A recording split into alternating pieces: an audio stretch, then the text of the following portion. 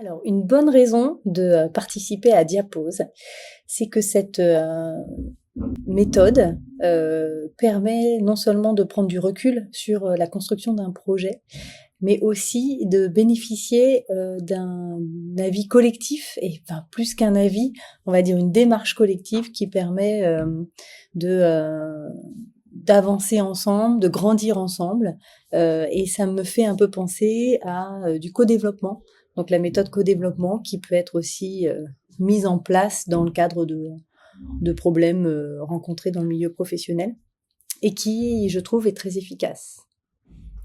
Vous voulez prendre collectivement un temps de recul sur votre façon d'être, de penser et d'agir dans vos interactions avec les différents acteurs de votre projet. Vous faire challenger sur votre projet pour mieux penser le futur de ces projets, les futurs désirables, avec d'autres personnes.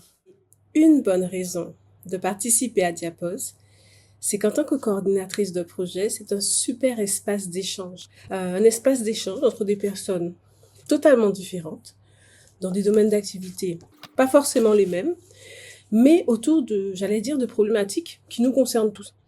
Ça nous permet de retracer les chemins de vie de projet de manière globale, mais sous l'angle humain. Et ça, je trouve ça super intéressant, super enrichissant. Voir qu'est-ce qui a fonctionné, qu'est-ce qui a moins bien fonctionné, quels sont les points d'évolution, d'amélioration. Donc, en ce sens, Diapose, je trouve que c'est un formidable espace d'échange. J'avais trouvé deux bonnes raisons.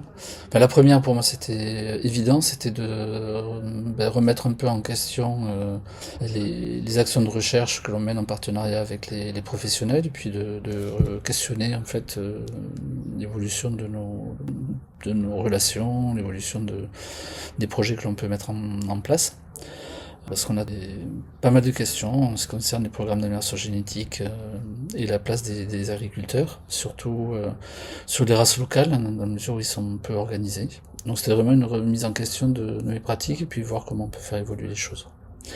Une deuxième bonne raison aussi, mais là j'ai trouvé plus lors des échanges, là, des discussions.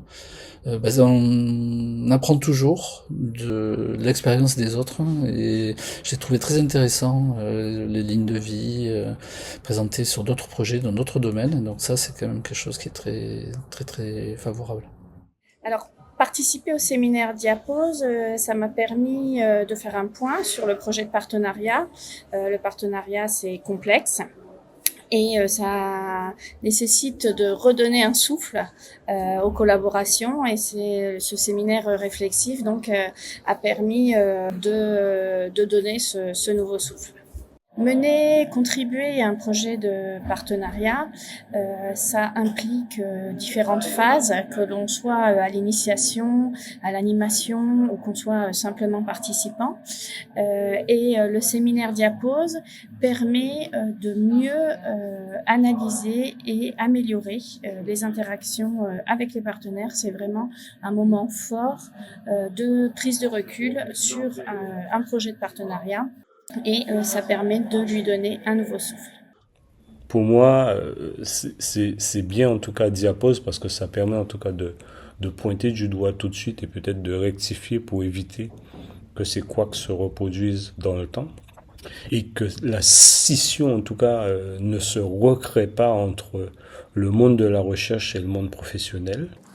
Donc en tout cas pour moi en tout cas ça fait partie des éléments centraux sur lesquels je pense que Diapose nous permet en tout cas de comprendre l'intérêt des dispositifs mis en place par les centres de recherche, notamment l'INRAE, de comprendre aussi les freins et les limites d'une structure comme l'INRAE et de mieux anticiper en tout cas sur comment on peut faire et de faire ça rentrer dans les nouvelles appels à projets, dans les nouvelles stratégies qu'on mettra en place, d'intégrer en tout cas cette donne-là. Donc voilà.